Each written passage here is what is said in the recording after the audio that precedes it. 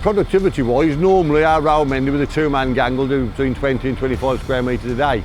With this machine today we've done 63 square metres. I brought an extra 2 men in just for the volume of materials we're using, but it's more or less doubled the workload of what we're putting out in a day.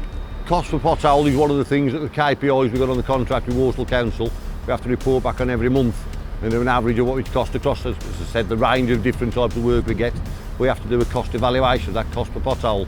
I say we've actually got the client officer come out last week when we saw the patches we've got to do and extended the size of the patches so we can pull in more of the scabby road, if you like, next to it and extend the size of the patches, which makes the value of the roads better, the quality of the roads better, and includes the cost. While we're there, we do it in one go, one set of traffic management, so it's all those sorts of costs you've got to take into benefit as well.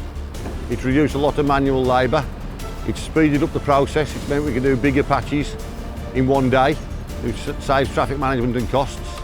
One of the other benefits we've seen over the last 2 days as well is the 360 vision the driver's got. The people working in close proximity to this vehicle can be seen by the driver, they can see the driver. Having one machine that does 3 jobs is going to mean less people on site, so there's less chance of machinery and people getting into physical contact.